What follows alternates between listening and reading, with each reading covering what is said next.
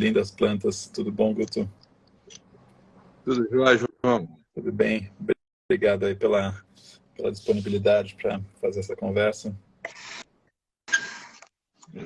Aqui, isso.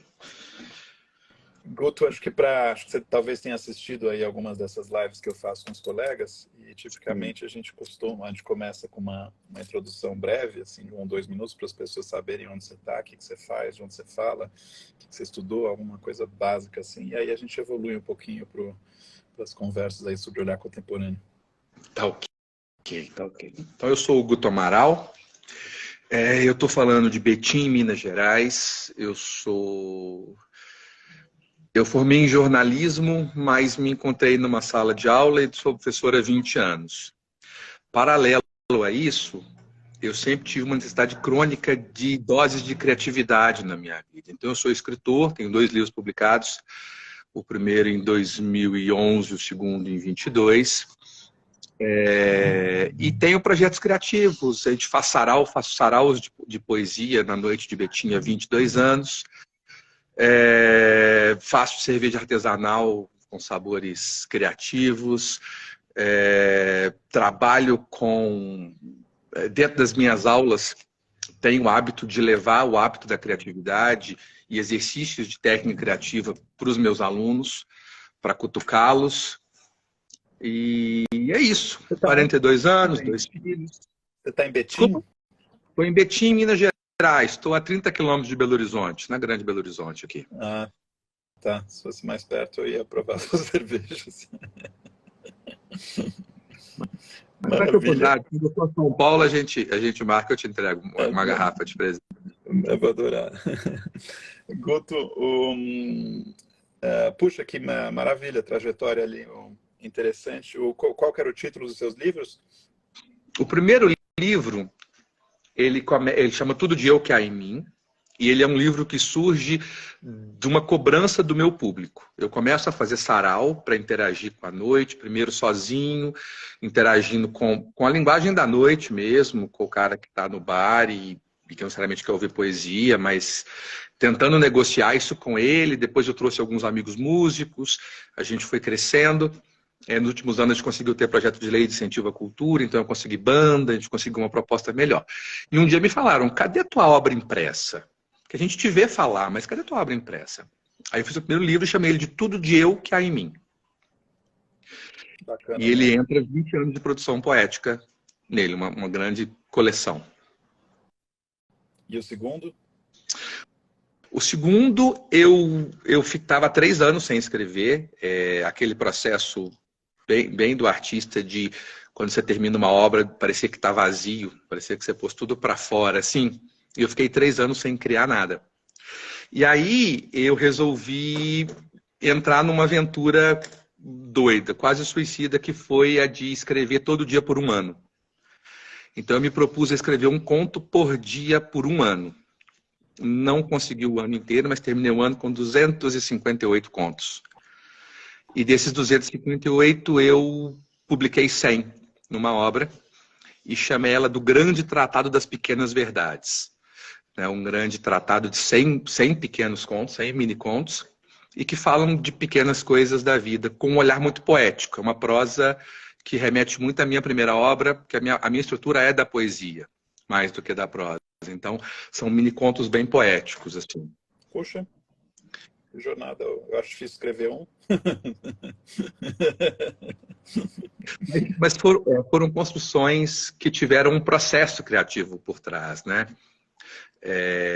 A gente falando de arte, eu estudando arte com você vê muito claramente que a arte não é sentar um dia e fazer alguma coisa, né? A arte tem a ver com uma discussão, com um diálogo, com um processo criativo e que vai se consolidando. Então, os livros, quando saem, eles saem com uma naturalidade, porque eles são fruto de um processo. Sim.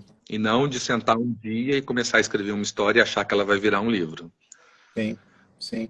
E aonde entra, como você descobriu o curso ali, o Olhar Contemporâneo, o que te fez decidir se inscrever? Eu tenho a necessidade da criatividade. Eu preciso de doses de criatividade. O trabalho do dia a dia, ele tende a nos ir entorpecendo, né? A gente vai perdendo um pouco do prazer mesmo de cada dia, de cada manhã, de levantar. E eu estava num momento muito complicado da minha relação comigo mesmo profissionalmente, de insatisfação, e eu precisava de uma coisa que mexesse comigo. E eu gosto muito de arte, sempre acompanhei muito arte.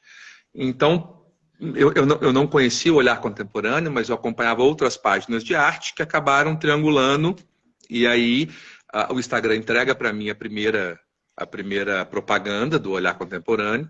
Eu fui, assisti as 3 aulas, gostei e fiz. Fui o segundo da minha turma a comprar. Fui lá o segundo. Eu não fui o primeiro porque demorou para carregar. Eu ia ser o primeiro a comprar. Quando eu abri o carrinho, eu fui o segundo. Estava o quê? Às 6 da manhã lá no 5h55? Eu levanto, eu sou professor, né? Eu tenho que estar em sala de aula às 7. Então, o meu horário normal é 5h40, 5h50 eu já estou de pé. E aí deu 6, comprei, era tipo 6h04, 6h05, mas alguém foi lá antes de mim e já tinha comprado. Boa, boa. E como é, o que te impactou até agora, ou em termos de artistas e obras? A gente já fez 4 aulas, né? O curso ainda está num início, né? Eu sou daquela turma que está na primeira perna do curso ainda. Eu gosto muito da ideia de que a gente sai do óbvio de analisar a obra propriamente dita, né? Acho que a forma como você gere o processo, que é entrando mais com informações do processo criativo e do artista do que necessariamente da obra, ela faz sentido para mim. Porque a arte contemporânea, na minha opinião, e nas minhas dificuldades de compreensão, ela por si só, às vezes, ela não tem os elementos da compreensão, não estão colocados nela. É preciso compreender o movimento estruturado que gerou aquilo. É preciso compreender os outros passos anteriores, as discussões que estão sendo levadas. E aí sim a gente consegue entender algumas obras que, de outra maneira, as pessoas batem o olho e falam, não gosto, não quero. Não... Porque não é sobre a estética do que está colocado ali simplesmente. É sobre um processo de debate e construção social, né? Então eu gosto da forma como essa construção social é trazida para as aulas. Ainda que nem sempre ela flua bem, mas ela está sempre proposta ali, né? Sim, sim. Alguma obra que tenha te marcado mais? Por ser professor, né, a aula sobre o trabalho do Lemes lá me marca, né? Aula de arte, não? Não, eu sou professor de língua inglesa. Língua inglesa? E a língua inglesa, ela é muito interessante porque ela tem uma certa liberdade dentro da escola. Ela é menos compreendida que outros conteúdos, a gente tem uma certa possibilidade. Então, eu tenho o hábito de uma aula de criação por semana, onde eu proponho, por exemplo, hoje vocês vão criar uma marca de refrigerante novo. A gente tem que trabalhar aquela criatividade, a língua inglesa, obviamente, fazendo o slogan, trabalhando talvez a vinheta, alguma coisa assim, mas eu levo toda semana uma aula de cria alguma coisa para mim nesse sentido. Vamos explorar isso aqui? Olha o que foi feito. Assiste esse desenho e cria alguma coisa em cima disso para mim. Bacana. E eu tenho esse espaço na escola, dentro da estrutura do bilíngue, do ensino bilíngue, eu ganho esse espaço para entrar com esses projetos. Então, isso me... Eu gosto disso e isso me alimenta para gerir as outras aulas, assim, da semana. Sim. O trabalho do Pepe é impactante nesse sentido, e a gente ainda fez a aula do Pepe nesse período aí, né, onde as escolas estão sendo, isso, né, atacadas, exatamente. O Cripta de Jean também, a última aula, eu tinha acabado de chegar da exposição dos Gêmeos. A exposição dos Gêmeos está em Belo Horizonte, na CCBB, está em Belo Horizonte.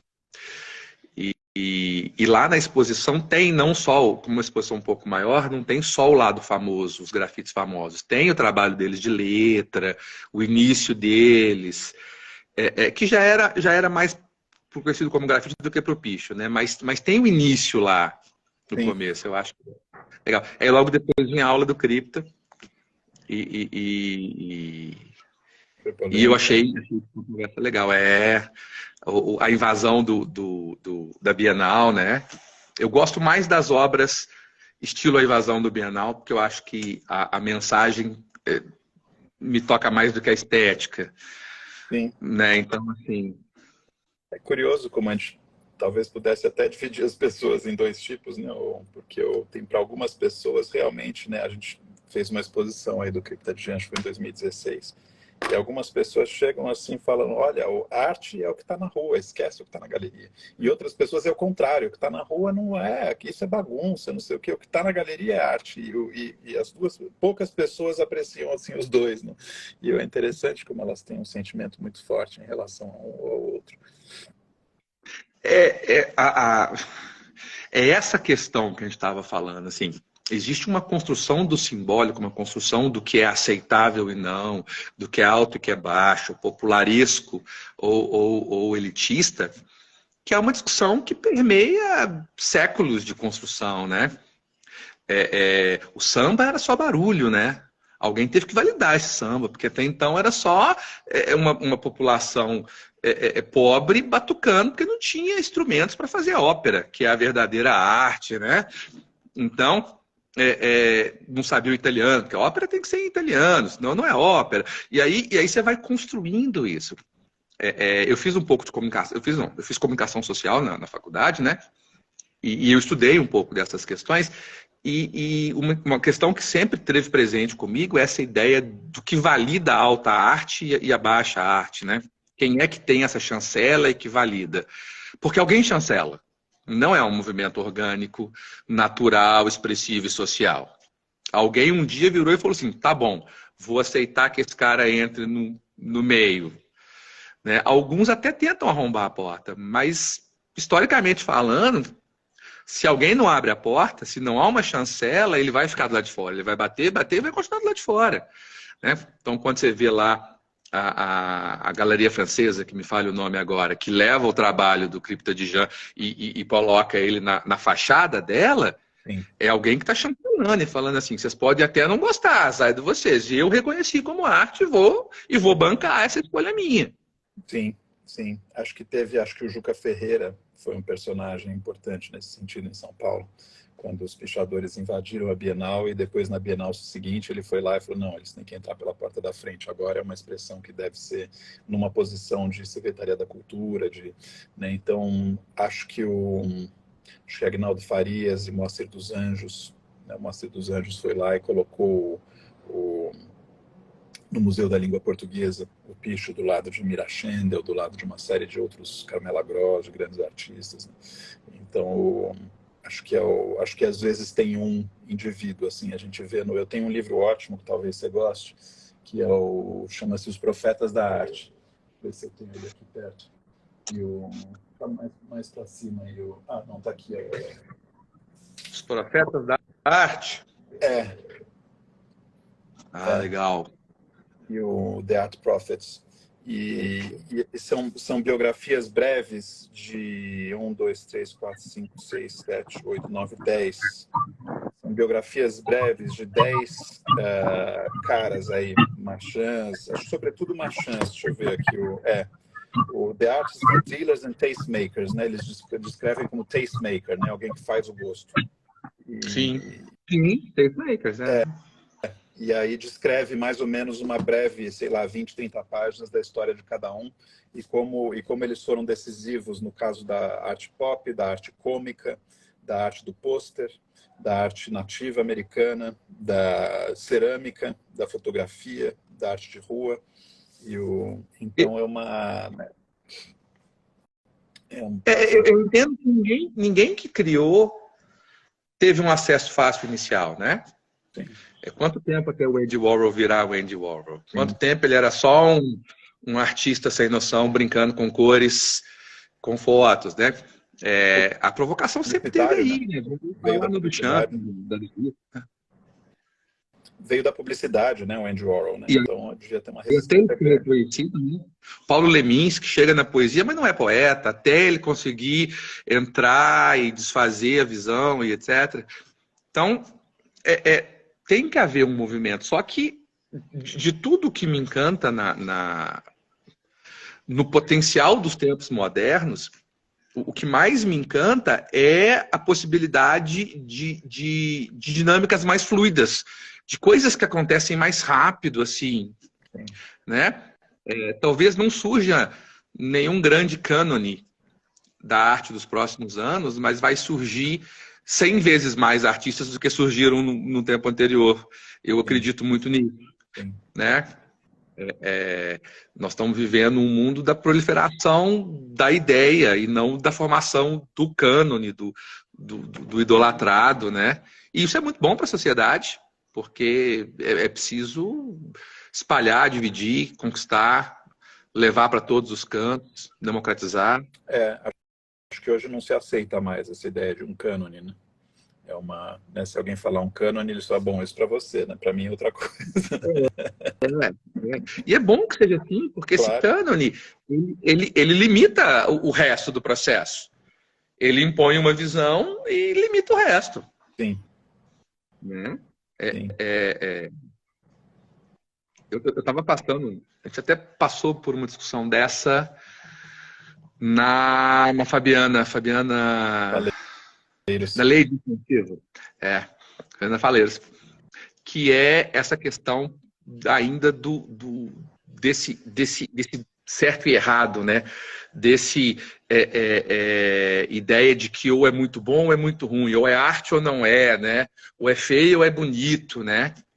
E essa discussão é uma discussão que foi central na nossa história nossa cultura, né? Nos últimos 2 milênios, pelo menos. Ela é uma discussão que está evoluindo para um outro lugar. Eu vejo de maneira muito interessante o surgimento da discussão em cima dos não binários, né? Que é uma das primeiras galeras que chegam para mim, que me tocam no seguinte sentido: eu não vou jogar mais esse jogo, não vou me definir, não adianta. Ah, mas é isso ou é aquilo? Eu falo, não é, não vou, sabe? Não é entre isso ou aquilo, né? Eu tô em outro. É errado, eu vou, ou eu não vou entrar, ou eu vou entrar em outro lugar. Sim. Então, discutir a obra desses artistas que a gente falou, seja do Cripta Djan, seja da Fabiana Faleiros, seja do Pepe Lemes, no sentido de feio ou bonito, é tomar uma visão muito rasa. Isso está muito claro, até dentro do próprio sistema, né? Se você pega a Fabiana Faleiros e o Pepe Lemes, especificamente, eles são muito validados institucionalmente. Assim, você vê o Pepe Lemes estava na Pivô, que é um centro super bacana em São Paulo e tal, e você pega a Fabiana Faleiros, o que ela tem de reconhecimento acadêmico e institucional é Bienal de Berlim, é Capacete, é Pivô, ela tem um monte de coisa, é Pinchuk Arts, ela tem um monte, o currículo dela, assim, do ponto de vista institucional, é incrível. Mas quando entra na ótica do mercado, o mercado ainda não entende um pouco assim a obra dela, né? Então, dentro do próprio sistema, dentro do sistema que é validado e muitas vezes frequentado pelas mesmas pessoas, entra numa parte do sistema e não entra na outra. Sim. Então, fica claro assim um pouco como você tem diferentes concepções aí, né, do que é arte, do que é beleza, do que é aceitável ou não. E o Constandular, né, para muita gente, uma vez eu falei, me analisa essa obra do Constandular, a pessoa falou, mas eu estou vendo um site. Eu falei, mas a obra é o site.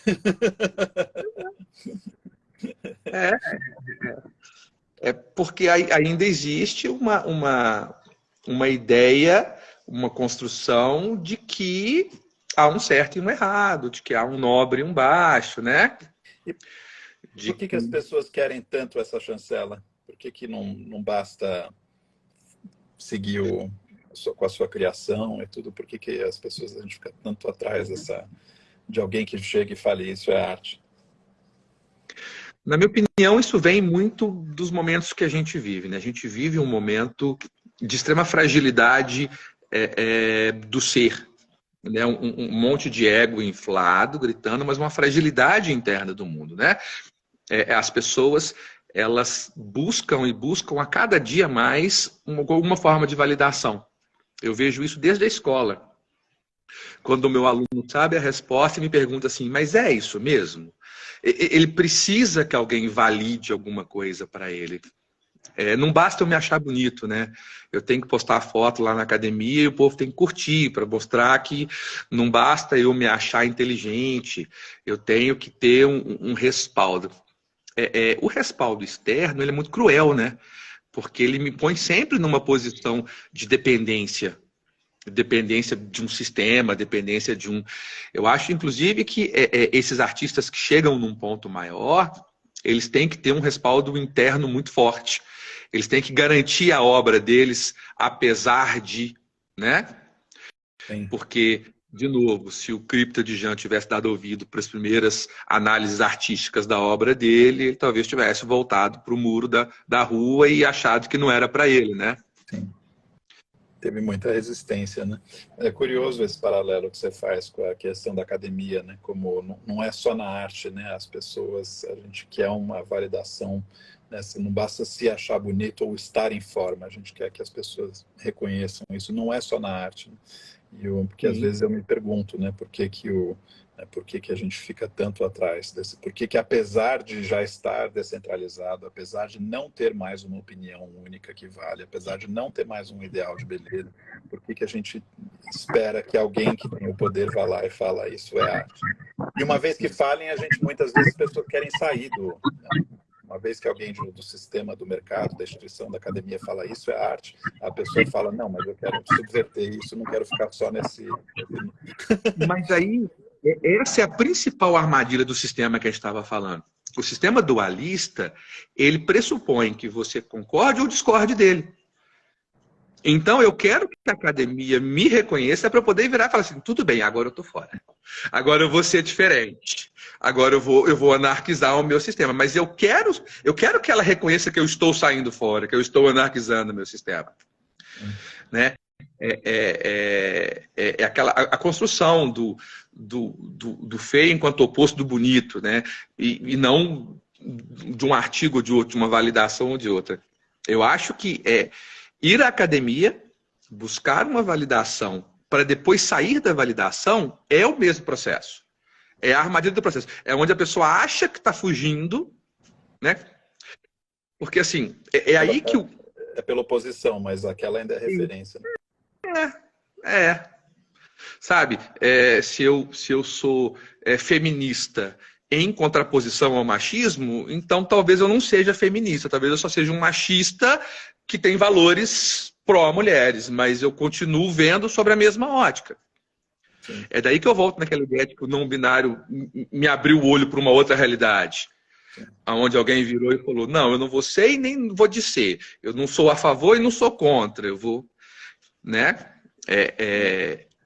Eu acredito muito, João, que a nossa percepção, a nossa cultura, ela se dá por camadas. Então, quando você me apresenta a obra de um artista pela primeira vez, eu vejo só a camada externa dele. À medida que você fala um pouquinho da obra dele, eu tiro aquela primeira camada e vejo o que está por baixo dela. E se eu me aprofundar no debate que ele faz, eu vou tirar várias camadas, eu vou achar várias camadas sutis naquela leitura, né? Mas ninguém consegue ir direto para a camada última. Eu vou sempre começar em algum momento das camadas inferiores. Né? Ao que eu estou vendo é um picho. É um picho, não vai deixar de ser um picho. Agora, se ser picho é ruim ou bom, já é um juízo de valor. E esse juízo de valor já tem que ser discutido. Sim, sim. É curioso esse negócio do binário, né? Que até você deu o exemplo dos pós-binários e a gente falou do binário de tá dentro ou está fora do sistema, né? Que alguém citou aqui essa questão dos 3%, né? Por muito tempo eu divulguei o curso sem falar em 3%. Eu falava, vamos democratizar a arte, vamos dar alcance, pela arte vamos desenvolver competências de cidadania, né? Eu tive várias narrativas. E de alguma forma, aí até que chegou alguém e falou assim, puxa, mas né, eu tenho essa psicologia binária de fazer dentro ou fora. E eu falei, mas isso não faz muito sentido para mim. Para mim, falar em democratizar a arte, falar em cidadania pela arte, em estudo da arte, em arte contemporânea para todos, eu tinha uma série de narrativas. Mas a coisa decolou e ganhou escala quando eu comecei a falar a história dos 3%. mesmo sendo algo, né, que a gente pode né, questionar e tudo isso, que a psicologia das pessoas funciona assim, né? Essa coisa de Funciona. estar dentro ou estar fora. Né? E se você não coloca, a gente está tão programado para isso, que se você não coloca essa referência binária, ou dentro ou fora, as pessoas ficam perdidas. E funcionou que nem um imã. Quando eu comecei com essa dos 3%, de repente uma multidão começou a vir a se inscrever no curso. E é curioso, porque eu nem fazia questão disso, mas é uma coisa que funciona. E aí o que acontece? Apesar de ser algo que talvez eu não acredite tanto profundamente, é algo que me entrega a minha missão, que é democratizar a arte. Sim. Te atrai as pessoas para que você possa falar de que Exato. 3% não é tão relevante assim, de que a coisa é muito maior do que isso. Uma vez que elas estão perto, mas elas nem chegam perto. Quando eu falava em democratizar a arte, arte para todos, elas nem chegavam perto. Quando eu comecei a falar dos 3%, todo mundo chega perto. Aí eu explico, e elas questionam, eu falo, bom, agora é ótimo. A gente está aprendendo a pensar. Porque, no fundo, uma grande parte da sociedade não quer democratizar essas coisas ainda. Sim. Eles querem ser elite. Sim. Eles querem se colocar no lugar da elite. Quando eu falo, ó, a primeira pessoa que eu contei que eu estava fazendo um curso de arte contemporânea me perguntou assim: você ficou rico? Aí eu falei: não, não fiquei, não. Mas eu brinquei. Mas já estou me preparando, porque no futuro, quando eu for, eu já vou ter saber onde investir. Mas a primeira pergunta que fizeram foi: você ficou rico? Eu falei: não, não fiquei rico, não. A percepção, né, a percepção que tem. E eu escuto, a gente tem tem uma circulação grande ali, a nossa divulgação, e a gente tem os mais diversos comentários, né? E tem gente que fala, puxa, esse cara falando de arte contemporânea certamente é um comunista, né? Porque na arte, muitas vezes, o pessoal de arte contemporânea é visto como alguém que vai desconstruindo todo o status quo, né? Então, eu recebo muitos desses comentários. Aí tem um segundo grupo de comentários que eu recebo que fala, bom, certamente esse cara é de direita, neoliberal e tudo, porque a arte é um jogo de elite, é um jogo caro. Então, eu vou do comunista ao liberal, passando pelos evangélicos que acham que eu sou degenerado e que ficam me mandando salmos. Bom que você conta todos os grupos, você atinge todos os grupos. E tem um grupo interessante que é absolutamente resistente à ideia de que possa ter vida inteligente hoje. É curioso, assim, né? Quando eles falam, Van Gogh é Van Gogh, Da Vinci é Da Vinci. Mas você falar que tem gênios hoje como eles, não aceito. Eu falo, não, mas peraí, pega um cara que nem o Yan Sheng, que trabalha com uma obra que eu acho que você não teve ainda a aula do Yan Sheng, ele trabalha com rivalidade algorítmica. Assim, ele é um artista que, além de ter feito animação, além de ter estudado ciências cognitivas, além de saber assim, a quantidade de competências do cara, assim, se eu fosse montar um estúdio para fazer o que ele faz, eu acho que eu ia precisar de 20 especialistas. O cara faz sozinho. Então, se você pegar eu não acho que ele deixa, se for realmente comparar igual com igual, acho que teria que, talvez, para simular isso, ou é impossível, ou precisaria de um estudo científico maior. Mas, assim, falando por experiência e tudo, eu acho que a inteligência de muitos desses caras, né, hoje de manhã eu estava revisando um roteiro do Pierre Huyghe, não sei se você conhece, um artista francês aí que está entre os 10 mais influentes hoje, depois eu te passo o nome para você dar uma espiada. Aliás, tem aula dele na Hotmart, no curso da década de 90. E é um cara que vai vendo de uma genialidade, assim, eu gosto de olhar para o passado, mas eu me recuso a achar que não tem vida inteligente hoje e competitivamente inteligente com qualquer época. De novo, eu estou na educação, eu estou na escola. E hoje esse discurso na escola chega com muita força. Os alunos hoje são menos aptos, não se estuda mais, os meninos não dão conta mais, os meninos não têm motivação, não têm interesse, é uma geração perdida. A gente ouve isso todo dia, né? E vou falar que a minha geração ouviu a mesma coisa, a geração do meu pai ouviu a mesma coisa, a geração do meu avô ouviu a mesma coisa. Toda geração que veio é pior, é mais perdida, tem mais problemas. Os problemas do nosso dia a dia, eles sempre são mais graves ao nosso olhar, né? E reconhecer algo estando dentro do processo, olhando de perto, é muito complicado. Mas sim, eu vejo muito isso. E uma das minhas áreas de interesse, que eu também leciono, é uma área de... Eu estudo um pouco de criatividade e futurismo.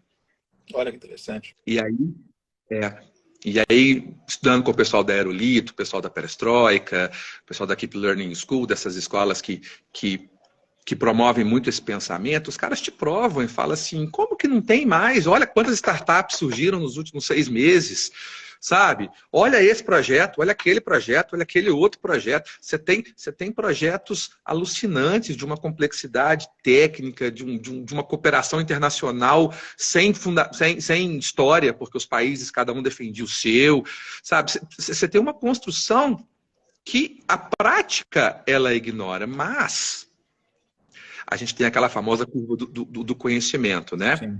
Que é o que eu sei, o que eu sei que eu não sei, e o que eu não sei que eu não sei, né? Essa parte toda, João, tá no que eu não sei que eu não sei.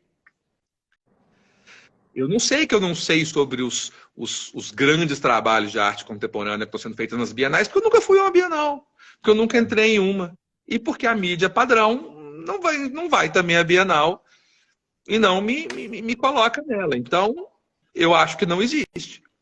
Sim, sim. E aí a gente fica muitas vezes numa conversa no conhecido, né? E aí os europeus são grandes maqueteiros, né? A história da arte europeia é um braço do imperialismo. A gente fica considerando aquilo como cânone, como não foi exposto a mais nada, né? E quem são os grandes artistas brasileiros desse cânone? Aqueles que copiaram obras europeias. Aqueles que europeizaram a arte brasileira. Sim. Né? Daí vem a importância de alguns momentos do modernismo ali, onde ele vira e fala, nós não vamos mais copiar nada que venha da Europa, né? Nós vamos criar a nossa própria cultura, mas continua, né? Continua o movimento de aquilo que acha eco no que a Europa está fazendo, cresce. Aquilo que não encontra eco no que a Europa está fazendo é menos valorizado, é menos construído, né? Sim, sim. Eu vi isso muito na minha trajetória, assim, né? Tipo, chegando em Londres como brasileiro e querendo me estabelecer como marchand lá, né? O que você mostra, né? Eu tinha que mostrar coisas que faziam sentido no repertório deles, né?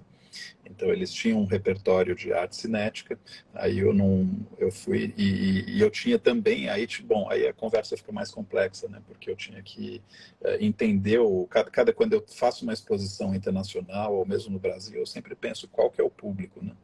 Uma vez porque eu tive uma situação muito curiosa, assim, onde eu peguei e fiz uma exposição com o Cripta de Jean, onde tinham dois tipos de caligrafia. Isso a gente já está falando de um artista, né, que trabalha com caligrafias preto e branco, caligrafia sobre tela. Assim, a gente já isolou uma série de variáveis para chegar em duas séries de obras, né, uma com a caligrafia A e outra com a caligrafia B.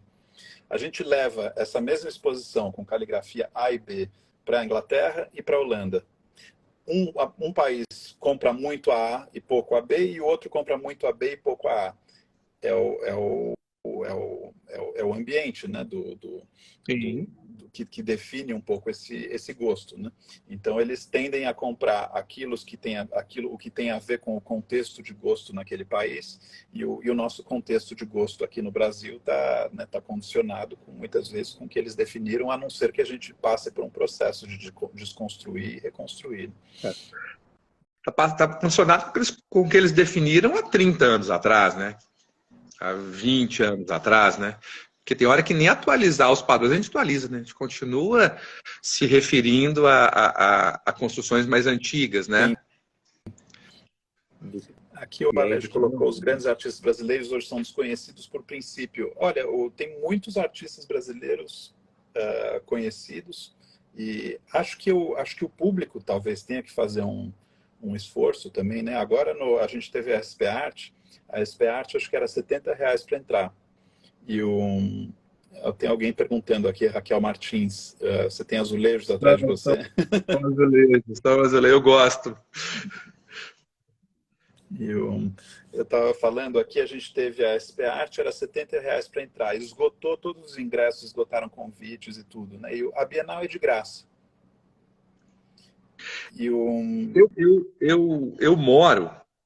Eu tô a 30 quilômetros também do maior museu de arte moderna a céu aberto do mundo? Inhotim, né? Eu vou te falar que a população do meu entorno não conhece o Inhotim. E o Inhotim tem um dia que é de graça a entrada, tem trabalho junto às escolas, etc. Aí nós vamos voltar nos 3%. Você vende 3% porque a gente aprendeu que a arte é só para 3%. E que 97% das pessoas ou não vão gostar, ou não vão entender, ou não têm o que fazer nessa arte. Então, a construção de arte, ela é muito complexa, né? Você não mora no Brasil, você mora em São Paulo, sabe? Porque saiu de São Paulo, não tem galeria de arte mais. Sim. Para a gente ver uma exposição, para você ver um trabalho de alguém, tem hora que você tem que rodar muito. Tem hora que você tem que estar muito antenado com movimentos, porque não é orgânico, não tem uma exposição, não está aqui. Não flui, né? Assim, no dia a dia, assim, naturalmente a gente conversa com as pessoas, elas falam, você viu a exposição tal, você passou no Sesc, você passou no MASP, e você então, se você estivesse em Londres, no caminho de casa, passando pelo metrô, provavelmente você veria pelo menos 2, 3 obras que estão expostas aquele mês na galeria central da estação X. Sim. Provavelmente, no caminho do trabalho, você passaria na frente de uma galeria que estaria com as portas abertas e, no mínimo, pela vitrine, você conseguiria apreciar alguma coisa que está acontecendo ali. Haveria um chamado para você.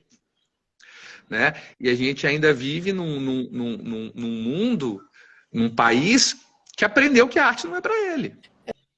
Mas sabe que a minha visão disso às vezes é mais otimista, assim, porque eu fiz uma palestra uma vez, foi no Museu de Arte Sacra, assim, arte contemporânea no Museu de Arte Sacra.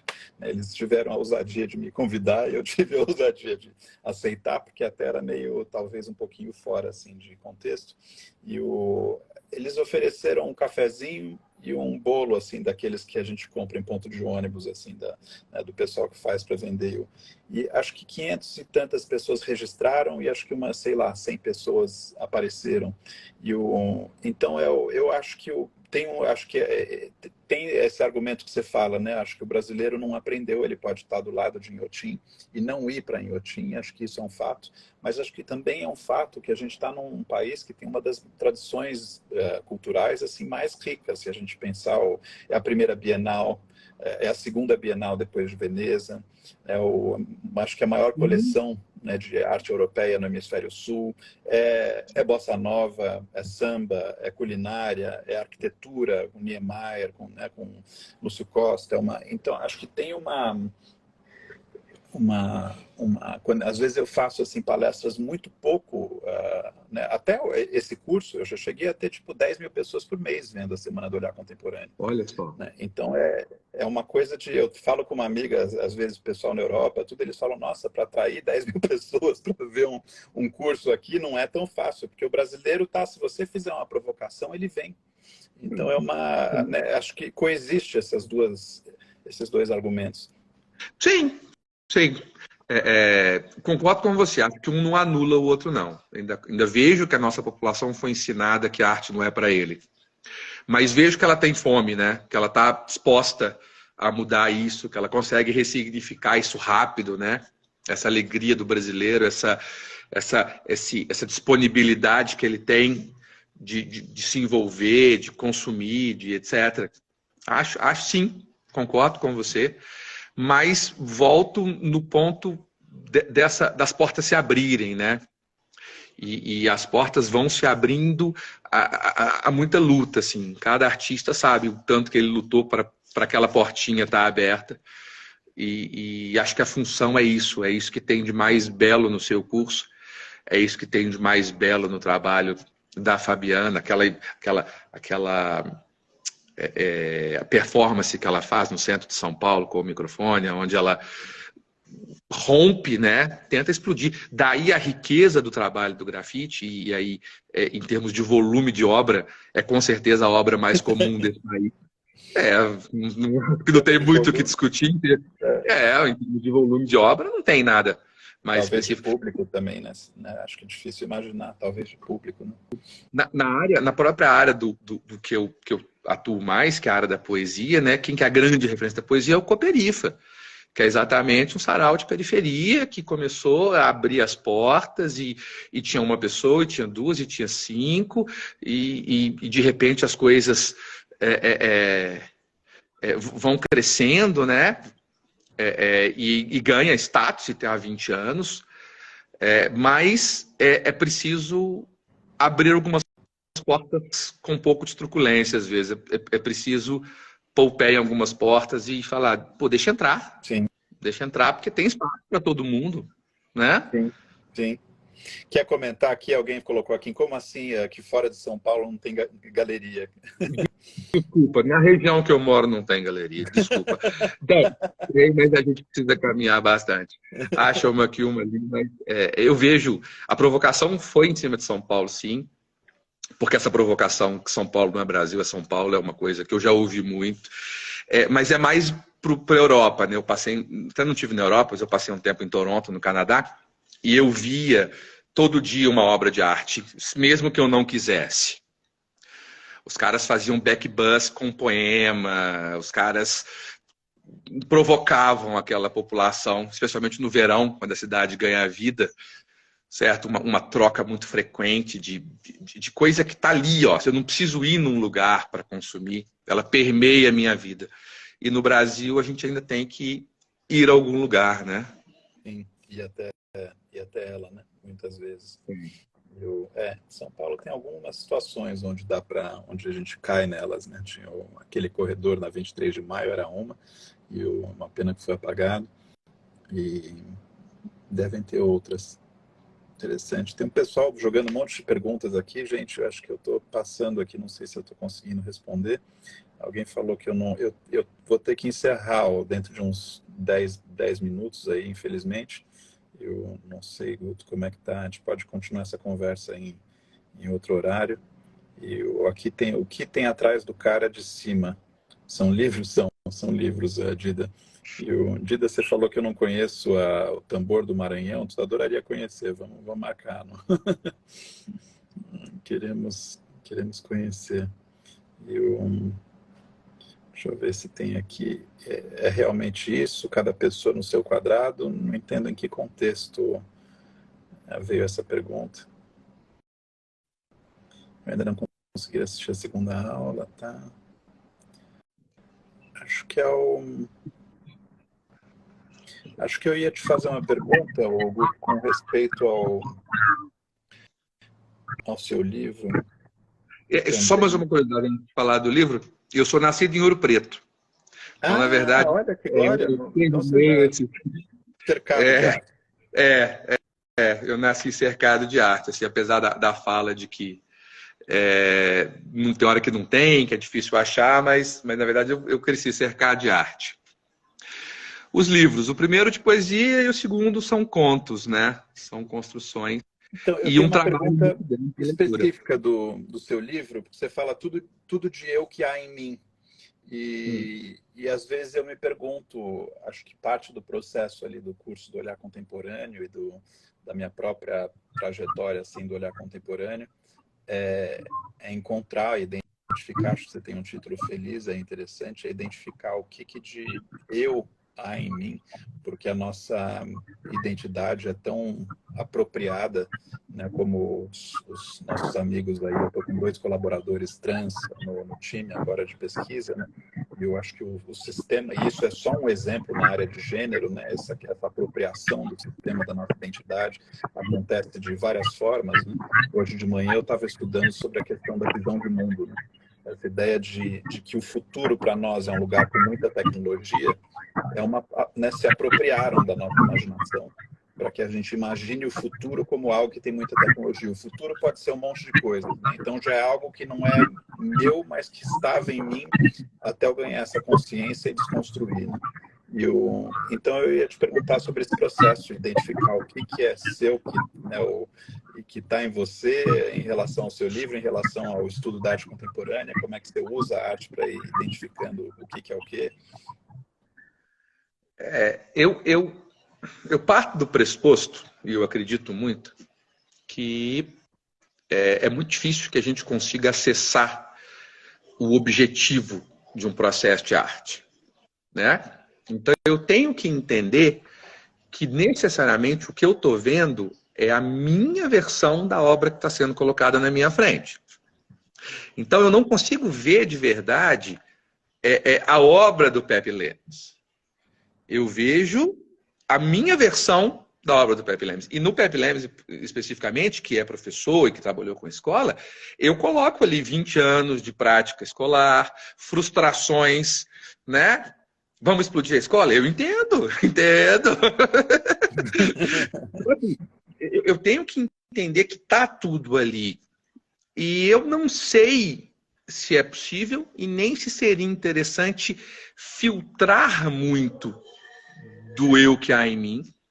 E acho muito mais interessante perceber como é que os meus filtros funcionam, né? Então, o que é que eu vejo a partir daqui? Pode ter uma obra que eu simplesmente não goste, porque ela toca em coisas minhas, em pedaços meus que eu não quero ver, que eu não quero elaborar nesse momento, que me incomodam. E pode ter obras que me trazem. Então, eu puxo daquilo que eu vejo, daquilo que eu trouxe em mim, que são os meus valores, a minha formação, a minha forma de ver o mundo, o nascimento em Ouro Preto, as brincadeiras de infância, a construção das leituras, da escrita, dos processos. Eu puxo isso e eu reconheço que isso não é a verdade, mas que isso é o meu filtro. Então, o que eu há em mim? Um filtro. Um filtro que me permite ver coisas e não ver outras. Que me permite valorizar pontos e talvez me incomodar com outros. Sim. Sim. Mas até você identificar esses contornos, né, do que é desse filtro né, que é importado e o que é original, né, ou é elaborado, né? Mas aí eu volto na construção do livro. O livro foi construído como uma cobrança de um público que me acompanhava em alguns saraus e que queria ver o meu trabalho no papel. Eu pus o primeiro poema que eu fiz na vida, aos 7 anos de idade, que foi o meu primeiro incentivo para entrar no mundo da arte. A escola que eu estudava, 7 anos, né? A escola que eu estudava fez uma obra de final de ano com os alunos, cada um ganhou uma página para fazer. É um projeto realmente comum. E eu fiz um poema, e eu lembro que ao final do dia do lançamento, o pai de um colega veio me cumprimentar. E ele veio com o meu poema, leu perto de mim, deu uma grande gargalhada e falou: adorei o seu poema, e apertou a minha mão. Aquele dia eu virei artista. Aquele dia eu virei e falei assim: poxa, peraí. Tem alguma coisa que massageou o ego e ao mesmo tempo provocou e me deu vontade de pensar. E aí eu pego a partir desse poema e seleciono poemas das fases que eu passei na vida. Poemas de adolescência, poemas de pós-adolescência, poemas de posicionamento no mercado de trabalho. Eu construo um poema e puxo esse tudo de eu que há em mim muito mais como uma minha história do que como essa construção que hoje eu tenho do filtro, né? Sim. Inclusive, ele já começa com um poema na capa. Eu fiz uma diagramação e uma configuração diferente. E eu começo com um poema na capa. E eu falo que é o único livro que você pode comprar pela capa. Pode jogar pela capa, porque você não vai estar muito longe da realidade, não. Interessante você ter mapeado nessa subjetividade aí, essa evolução a cada estágio, né? Eu tenho um pouco isso pelas perguntas que eu me faço, assim, eu tenho as perguntas, isso mais, né, eu acho que talvez eu tenha na área pessoal, assim, também, né, ou eu tenho uma série de anotações e tudo, mas eu tenho organizado as perguntas que eu me faço sobre arte desde criança, porque elas foram mudando, né? Acho que quando eu era criança eu falava: nossa, mas tem 2 pretos ou tem um preto só? Ah, nossa, aquele artista tem 26 pretos, aquele outro tem tantos pretos. E como é que daí eu entrava um pouco nessa parte química, nessa parte de como é que a tinta é feita. Então foi uma aqui que estão perguntando qual é a marca da minha câmera, porque eu quero que a imagem fique bem visível, assim como a sua. O som do cara baixo tá bom, qual é? Nossa, é um telefone, na verdade não é nem uma câmera, é um telefone, Dida, mas que bom que está funcionando. Então é interessante esse processo essa tua relação com a escrita e como isso ajuda aí no reconhecimento dos filtros. Eu me fiz na escrita, né? Ninguém escreve poesia porque quer, né? A gente escreve poesia porque precisa. Porque se não escrever, explode. Então, a gente constrói... Consegue pegar um livro de cada para mim? Um livro de cada, meu. Então, assim, existe um processo, esse processo de construção, e o meu se dá pela escrita, o meu se dá pela palavra. Na aula de artes da escola, quando tinha que pintar, eu fazia um poema na tela, assim, escrevia um poema na tela e pintava o fundo. Não me apelava nessa fase a criação do visual. Eu sempre criei com palavras, assim. E esse processo de construção, ele marcou, né, essa história e está sempre me acompanhando, né? Dentro dos processos, eu tento ao máximo fazer isso. Então, esse é o Tudo Dia Que Há em Mim. Olha só, já tem o poema na capa, como você falou. Eu consegui um artista plástico genial que deu o tom dele, a diagramação, um traço bem provocativo, sim, né? Esse livro está esgotado. Estamos pensando na republicação dele, e esse é o novo, foi lançado na Bienal do Livro de Belo Horizonte no ano passado, que é o Grande Tratado das Pequenas Verdades, que é o livro de contos que eu fiz pela autografia. Máximo. São esses dois. Guto, E já estou pensando no terceiro. Que máximo. Vamos marcar, a gente marca uma continuação aí dessa conversa, tem muito assunto. Claro, foi um prazer. Adorei ver seus livros, adorei aí a interação do pessoal, aqui o pessoal falando sobre palavra e arte. Acho que tem muitos, essa Precious Okomoyon, essa artista de quem eu falei num dos reels aí que eu postei, que faz esse trabalho com natureza, também é uma poeta, né? E você entra num ambiente que ela fala foi concebido como um poema, isso é muito, muito interessante. E, bom, acho que eu queria agradecer o Guto pela super conversa interessante, a gente marca aí uma continuação. E queria agradecer a todo mundo que está aqui, que acompanhou até agora. Essa semana a gente está tendo a Semana do Olhar Contemporâneo, onde a gente tem as aulas gratuitas aí para quem quiser conhecer o método. É só clicar no link na bio e enfim, ver os vídeos. E sigam o Guto, aí um trabalho interessante aí pela conversa, acho que deu para ver. Sigam a gente no Olhar Contemporâneo. E amanhã, meio-dia tem mais. Obrigado, Guto. Obrigado, pessoal. E continuamos aí numa próxima. Se quiser falar alguma palavra aí de fechamento, Guto. Não, então vou fazer o seguinte, como eu trabalho com o Sara, eu vou ler um pequeno poeminha para você, que é o poema da capa do livro. Ele fala o seguinte: peguei o lápis, a caneta, tomei o tinteiro, a pena afiada, tentei o astrolábio, a luneta, corri a evidência, a matemática aplicada, mas foi o carvão que me socorreu, que me demarcou. Então, o formão, a talhadeira, arrancaram desse ébrio granito, esses versos cinzentos, esse matraquear aflito, que me tirou do poço escuro e revelou ao meu espelho tudo de eu que há em mim. Bravo! Guto Amaral. Valeu, João! Boa, obrigado, Guto. Até mais, pessoal. Até mais.